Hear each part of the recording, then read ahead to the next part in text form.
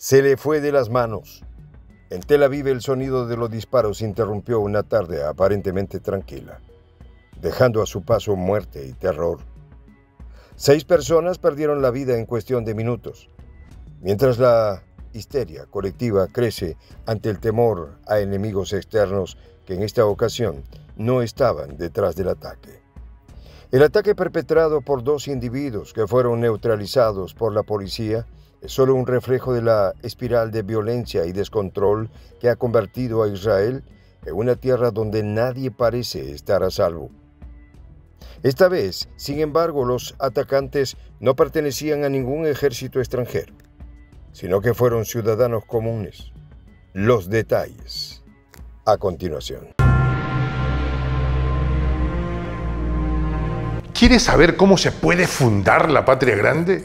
Mira el final del video. Histeria. El caos descendió sobre Tel Aviv como una sombra que crece en cada latido del miedo colectivo. Era una tarde cualquiera, una más en el calendario interminable de incertidumbre en Israel. Pero el reloj marcó las 19 horas cuando la ciudad se sacudió con el ruido seco de los disparos. En el corazón de una estación de tranvía al sur de la urbe, el terror desató su danza mortal y al menos 6 vidas fueron arrancadas en un instante. No fue solo un tiroteo. Fue un acto que encendió, una vez más, la llama de la paranoia en una nación que vive bajo el yugo de un temor creciente, de una histeria alimentada por fantasmas externos que parecen cada día más reales. La histeria que consume Israel es un monstruo que crece sin control, alimentado por las tensiones que se propagan desde dentro y fuera de sus fronteras. Netanyahu, el líder que alguna vez prometió seguridad y firmeza, ahora se enfrenta a una crisis que ya no puede contener. Cada decisión que toma parece desbordarse entre las grietas de un país que vive al borde del pánico. Irán, esa sombra omnipresente que parece susurrar desde el este, no fue el autor de esta tragedia. Pero su influencia ha creado un estado de alerta permanente en Israel.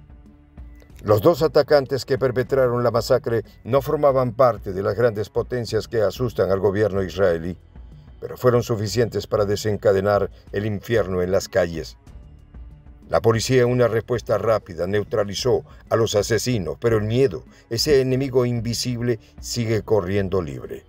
El comandante de la policía del distrito de Tel Aviv, Haim Tzarhov, intentó tranquilizar a la población con sus palabras, pero era evidente que las heridas de la ciudad eran más profundas que las causadas por las balas.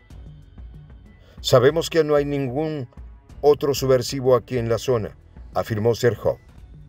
Pero esas palabras parecían vacías ante el terror latente.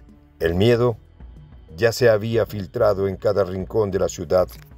Las alarmas falsas, como la que se desató en un hotel de Herzliya, a tan solo 15 kilómetros de Tel Aviv, son solo una prueba de que la situación se le escapa al gobierno. Los ciudadanos viven con un constante nudo en la garganta, esperando el próximo estallido, el siguiente golpe.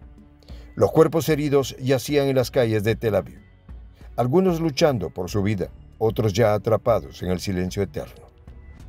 Según el servicio de ambulancia, Magen David Adon, 2 de los heridos se encontraban en estado crítico, mientras otros 4 permanecían en estado grave. El balance de los daños era brutal.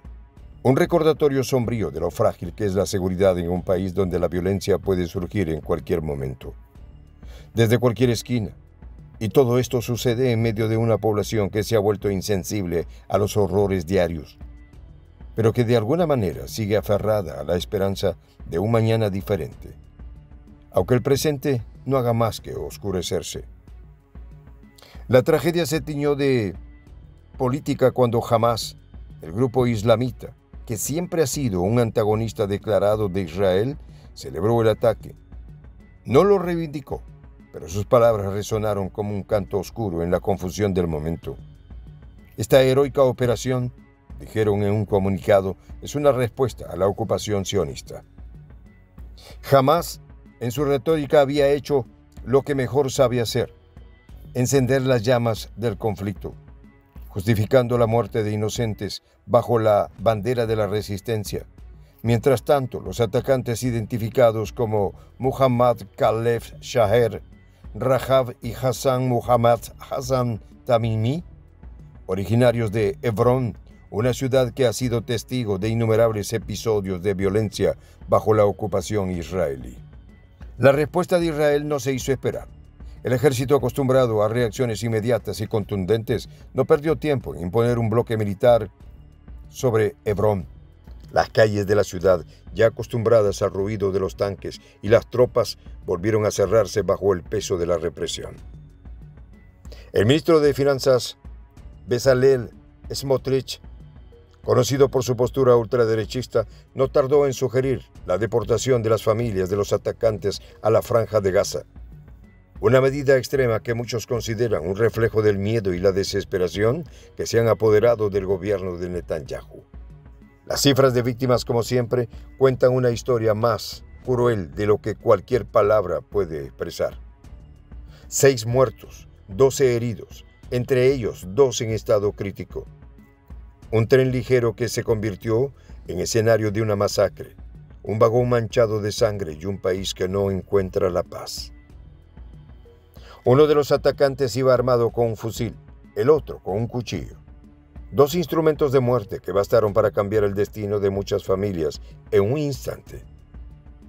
La simpleza del ataque es lo que hace más aterrador.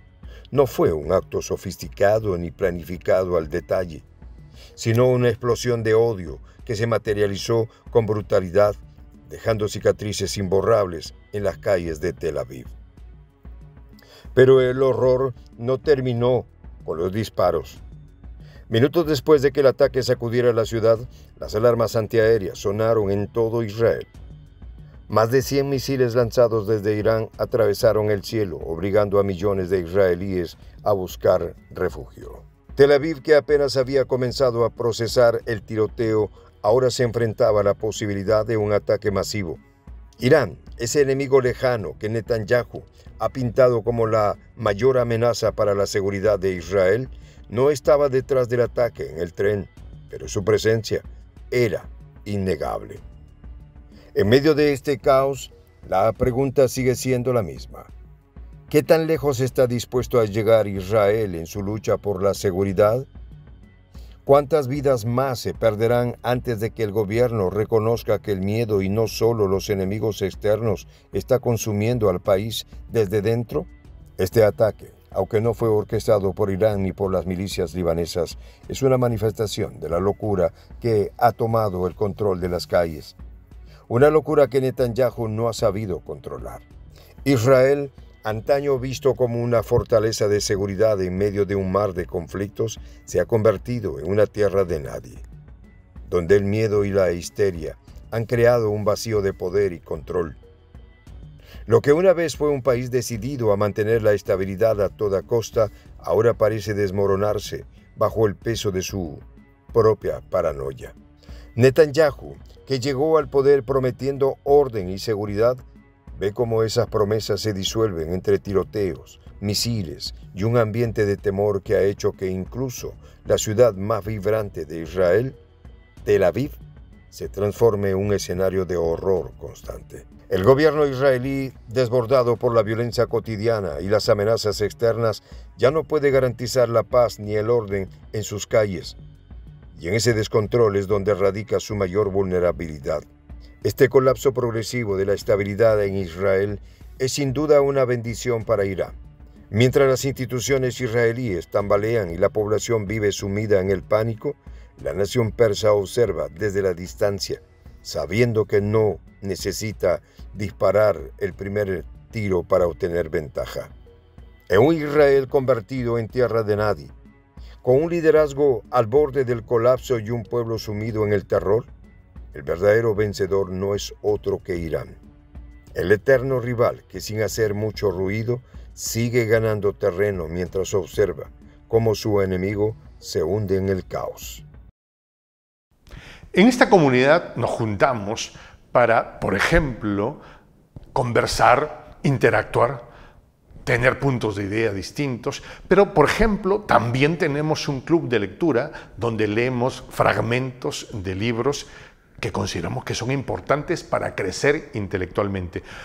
También, por ejemplo, hacemos algo como lo que hace nuestro amigo el jefazo ahí en Bolivia. Les cuento la experiencia que me parece fascinante. Él tiene un restaurante ahí en Bolivia y en ese restaurante, ahí viene lo que tiene, un televisor. Y ustedes dirán, pero qué impresionante, ¿en qué contribuye que un restaurante tenga un televisor ahí en Bolivia? Una cosa muy importante, porque él, cada vez que abre su negocio, prende su televisor y pone los videos de prensa alternativa. Con eso, todos los días, poco a poco, con pasos muy concretos, él hace que toda la gente que vaya a su restaurante vaya insumiendo el concepto de la patria grande. Y así, pasito a pasito, estamos construyendo la patria grande. Son esos pasos pequeños pero concretos que hacen posible que el proceso de la construcción de la patria grande sea algo que ya comenzó. Un hecho dinámico que no tiene retorno en la historia. Y de verdad, a nosotros nos gustaría que tú seas parte de esa propuesta. ¿Qué tienes que hacer? Muy simple. Dale clic en el botón unirse. De hecho, al hacerlo también contribuirás con una pequeña cantidad de dinero que permitirá que Prensa Alternativa produzca más y mejores videos. De verdad que te esperamos. La patria grande se va a construir cuando tú y yo y toda la gente de buena voluntad de América Latina y el Caribe comencemos a ser comunidad. ¿Cómo lo logramos? Interconectándonos todas las personas de buena voluntad que vivimos en América Latina y el Caribe. Y tienes una oportunidad de hacerlo, uniéndote a nuestra comunidad. Puedes hacerlo haciendo clic en el botón unirse que está en la parte de abajo. Soy el J, Juan José del Castillo, director del canal Prensa Alternativa. Si quieres ser parte de la comunidad de la Patria Grande, suscríbete a nuestro canal. Si es que quieres que te lleguen las notificaciones cada vez que subimos un video, activa la campanita. Si quieres apoyar a nuestro canal económicamente, puedes hacerlo a través de PayPal. El enlace está en la descripción del video. A nombre del equipo de Prensa Alternativa, me despido con esta expresión en el quechua milenario, Tupananchis Kama, cuya traducción es hasta volvernos a encontrar.